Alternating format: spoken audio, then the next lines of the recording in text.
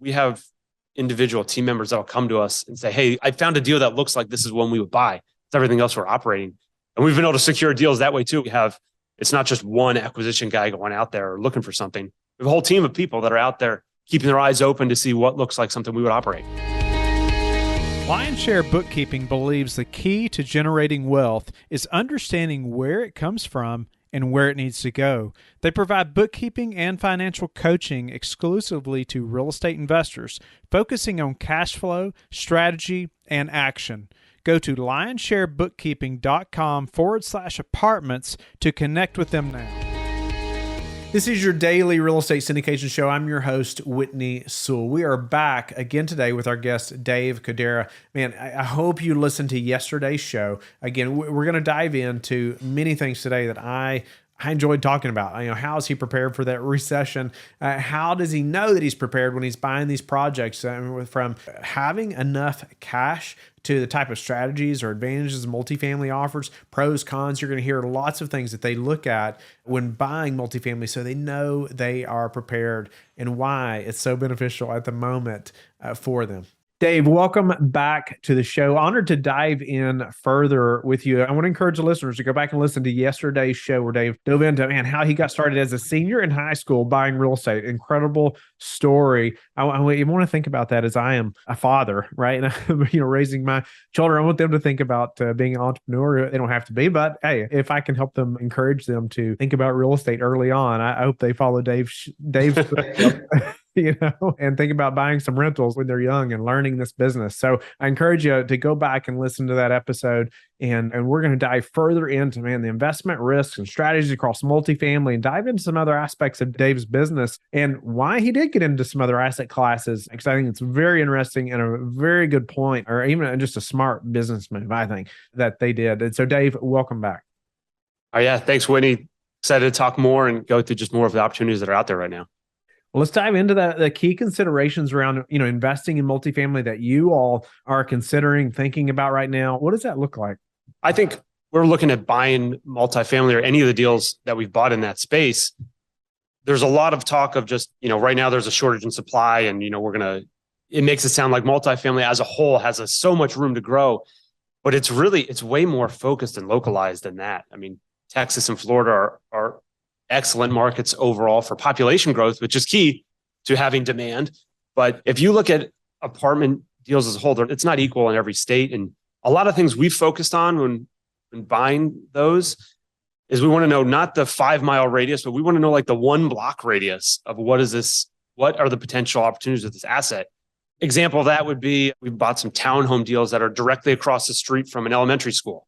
It's like, they do move schools, right? But for the most part, this is a heavily populated area. That school's not going anywhere. And it's easy to rent the townhome simply because they are right across the street from the school. Kind of matches up with the age and the demographic of people that have little kids or probably in a more townhome starter home as they're growing. So we look for rental opportunities that fit a very specific case on where it is. Not just, hey, this 5-mile area because of a census report looks like it has a good median income. That's not going to do it when we're making investment decisions. We want to see exactly what's happening on what the surrounding area is. Speak to how you stay connected with those local areas like that or have that much knowledge. Obviously, you all are buying in lots of different states and different cities, localities now, or maybe it's the deal that's presented to you, then you dive into that space. How did your team then find those things that you're talking about? A lot of it is being out there and driving these areas so you know exactly what things are. And then our relationships and brokerage relationships that we have and team members, they'll look at a deal just like that, like kind of this mid-size residential. It could be any kind of residential, right? Apartments versus townhomes or something even more creative, but they'll be like, wow, this looks like a Greenleaf deal. It's right next to some of these core retail, core shopping, schools, and it's smaller. It's kind of tucked away here. It's not the most prominent thing on the street. It's like, that looks like a deal we would do. So kind of everyone across the board in our company knows what that looks like. And with a footprint of people out there operating, we have individual team members that'll come to us and say, hey, I found a deal that looks like this is one we would buy. It's everything else we're operating. And we've been able to secure deals that way too. It's not just one acquisition guy going out there looking for something. We have a whole team of people that are out there keeping their eyes open to see what looks like something we would operate. Yeah, that it does take a team of people to say the least, right? What Yeah. about, just historical data that you all consider or look at to show that, hey, multifamily is the top asset class? We've always just looked at population growth. If people are going to need a place to live, that sounds like a very basic way of looking at it, but we're trying to be in areas where there's high population growth. And in that way, you don't have to be like necessarily the leader or the absolute best at something. If you have flat population growth, someone's going to come in and build something new. And now you've got to compete with whatever's next and best.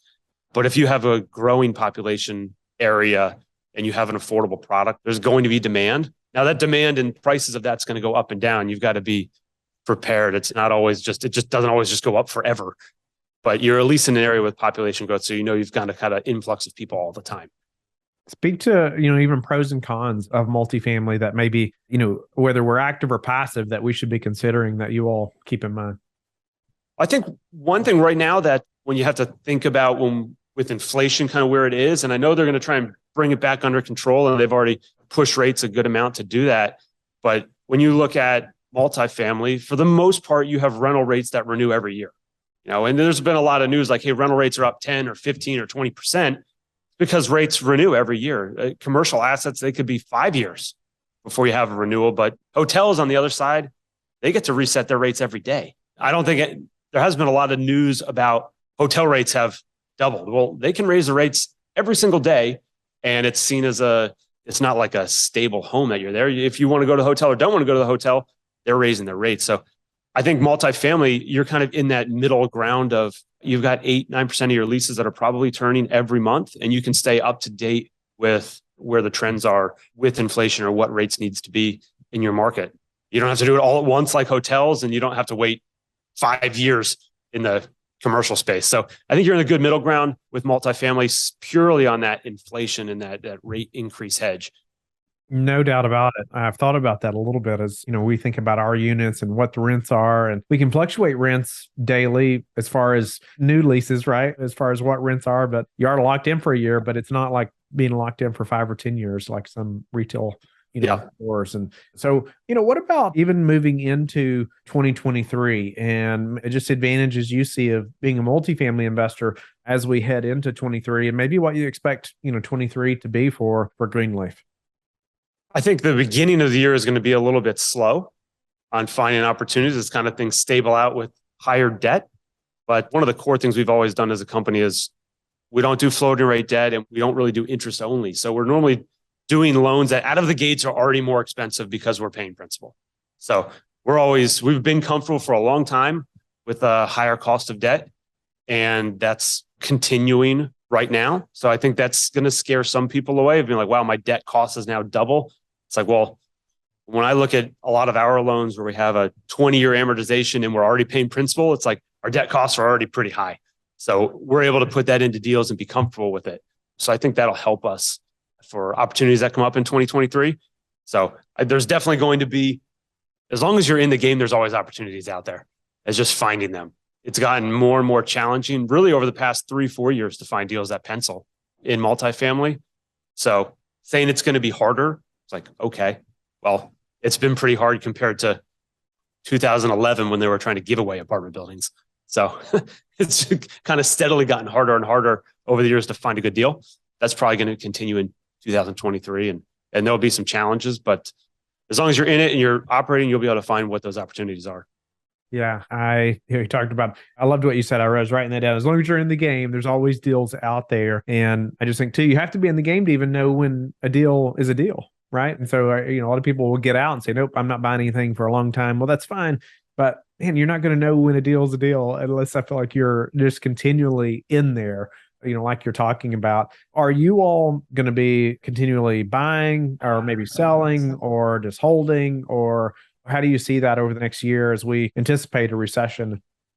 Yeah, I mean, most of our residential stuff is hold now.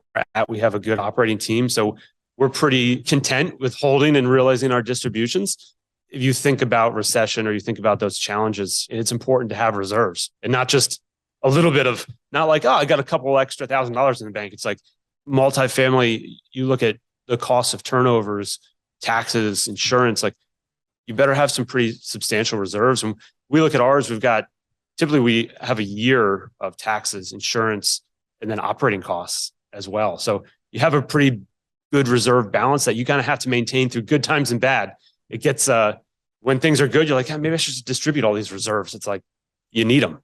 So holding on to those and making sure you have them in your asset will only help it perform over the time, whether there's ups or downs. Love that. I love asking that question. I'm sure the listeners know that now. I always say, hey, how do you prepare for a downturn? Or, if somebody brings up reserves, I'm like, how do you know, like how much, we always ask, well, how do you know you got enough reserves? Because people always ask me that, it's like, well, how do you calculate your reserves? And I hear it just all over the place, right? And from guests and from different people in the industry. And it might be, well, we'll have a month up front and then we'll start taking it out of cash flow, or we might have 3 months up front. And I'm like, oh boy, I just. Yeah, the math can get pretty, it's like all over the place. But, in my world too, like we have a good amount of investors. So we have to have a consistent message, or else it's too hard to say, hey, this deal, we did this deal, we're doing it some other way. So our reserve strategy across the board is the same. We look at all of our assets, and that way it's easy to communicate to investors or really anyone else and say, like, look, this is how we do it. And it's just consistent. So we, in our world, we do 3 months of all operating costs, a year of taxes, a year of insurance, and any CapEx coming up in the next 2 years. So you take all those and add it together. That's our reserve plan. And we do that on every deal that we have. So if we're below that, that means we're not going to distribute. It doesn't matter how much revenue or profit that deal made. If we're not at our reserve threshold, we're not going to make a distribution. If we are above it, then we will distribute. Love that. And you said a year of operating costs as well, or was it less for operating, but a year for taxes and insurance? And 2 years for any CapEx? 2 years of CapEx. Okay. Anything that is planned over the next 2 years, if you're phasing out some HVAC units, if you've got parking lot repairs that have to be done, curbing, any of that kind of stuff, I feel like you need to be sitting on that position and be able to pull the trigger when something goes really wrong in one of those situations and you have an inconvenience for tenants. That's when you run the risk of losing those tenants.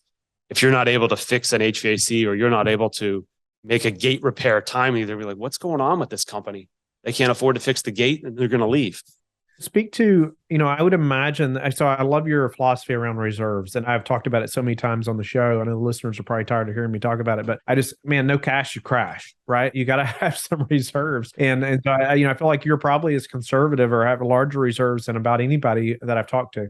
And so I love that. But how do you speak to someone that says, well, Dave, we can get by with 6 months and we could do more deals that way, or we could do this deal over here, but, we can't get to that year. We can only get to, we only, 6 months is enough. Right. So just, because I get combated about that all the time. So I just wonder like how you voice that back to maybe even employees or investors or anybody that says, hey, we could do more deals if you just ease up on that reserve a little bit. For me, it's a little bit of, you're speaking out of both sides. When I look at them, like, I want to go do all the deals that we can possibly do. But on the other standpoint, if we lose a bunch of deals because we've made bad decisions going forward, I don't get to do any deals ever again. So I think you got to look at it long-term. And yeah, we're going to, just from how we look at deals we would buy, just because of our reserves, how I do debt. I mean, I want to have principal paying debt. It already precludes me from doing a bunch of deals that I will have to pass on just because of the self restraint that we build into our business. And it's worked. We've been in business now for 14 years. I'd love to see another 14 years. So I think that a little bit of self-control, it goes a long way to having a long-term business versus firing away on all cylinders and kind of crash and burn style. No doubt about it. Love that. And I'll share just a brief story because I've shared it a few times on the show, but a deal we closed in March of 2020. And this deal we had it was a large CapEx, large renovation, over 200 units. And we had $1.5 million in a reserve budget outside of CapEx, outside of just other things. Yeah. I mean, this was just like a reserve budget, and we were scrutinized a little bit. There were other operators that were investing with us as well in that deal that I know very well. And they were like, Whitney, don't you think you could, this would increase the investors' returns a little bit, if you, had a little less, in reserves, because that's just kind of too much. And I said, no, we're all going to sleep a lot better. We just want to have that much in there. And so I went through that. And then it was the next week that they shut the country down, for the COVID stuff. And, everybody's happy that that's in there. But we were all sleeping okay, right? Like, I'm like, no, we can weather a massive storm here because nobody knew what to expect at that time. But anyway, so we were so grateful. We just stuck to our guns and said, nope, this is what's best. And we're going to hold our ground here. So I love your philosophy on the reserves, Dave. And yeah, anything else on that for you? Yeah, I mean, I think if you have the capital in a deal, you have the ability to make decisions. If you don't have the capital in a deal, you might be forced into bad decisions because you don't have any other options. Right. And you kind of you're low on reserves. Now you got to make this bad decision. Now you're deferring this. And that's how you end up with distressed assets. So no one wants to see that happen. No, really, you don't want to be in an investment opportunity that does happen to it, but you can avoid a lot of that and provide yourselves with options as long as you have the cash available. That's right. So well said. You also mentioned there, actually, we talked about it a little bit in the last segment about getting into different asset classes. And I was noticing on your website, you will have quite a bit of multifamily, but then you also have a few restaurants or maybe a few Dollar Generals, different things like that. Speak to, getting into those asset classes, why you would do that. Is that still part of the focus or the plan? How do you get that, fit that into your all's plan? I mean, we fit it in patiently, right? So a lot of times if I'm driving around and you see like, hey, this looks neat, this looks neat, this looks neat.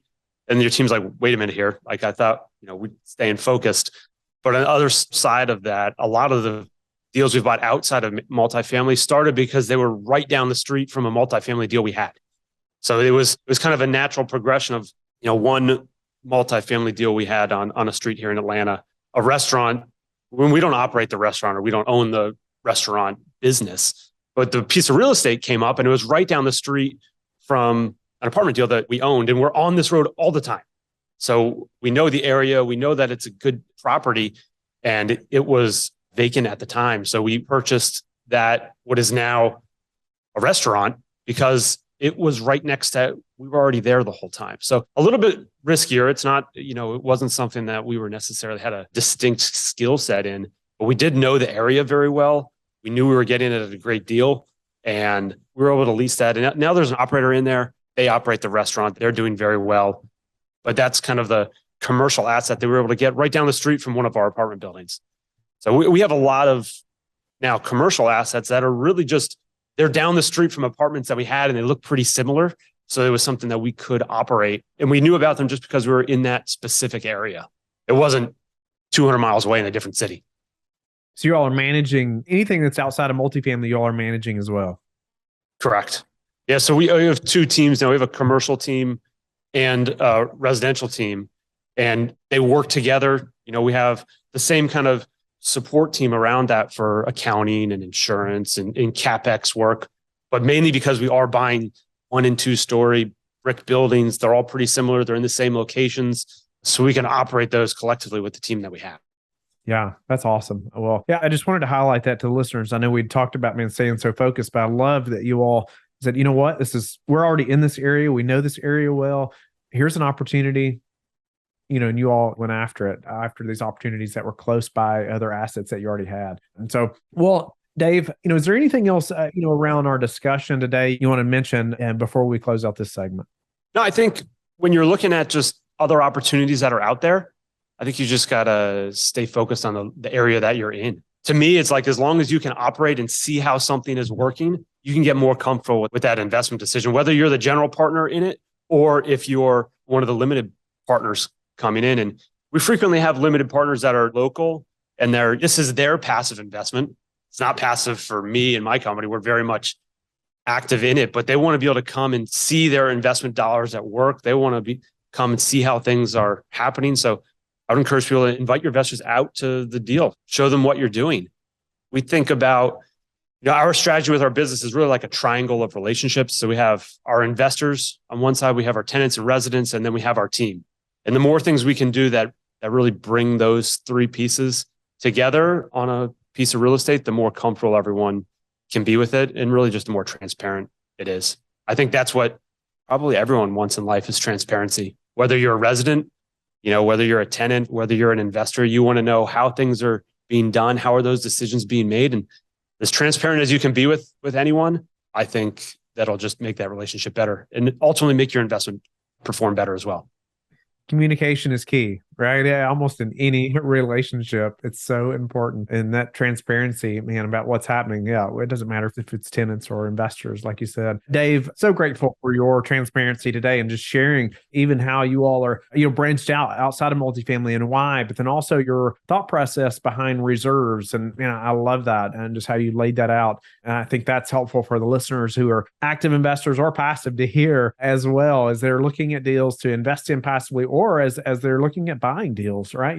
How much reserve should I have? What should I be thinking through? Should I stand my ground on that? And then just even some of the advantages, disadvantages, pros, cons about multifamily as we think about that, coming into the recession, into a recession over this next year or so. Grateful again for your time today. I want to encourage the listeners to stick around. He's going to be back tomorrow. We're going to dive back in. Dave, thank you so much.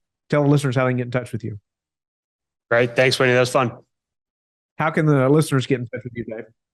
Greenleafmanagement.com is our website, and you can find me and our whole team on there, or you can find me on LinkedIn, just at Dave Codre.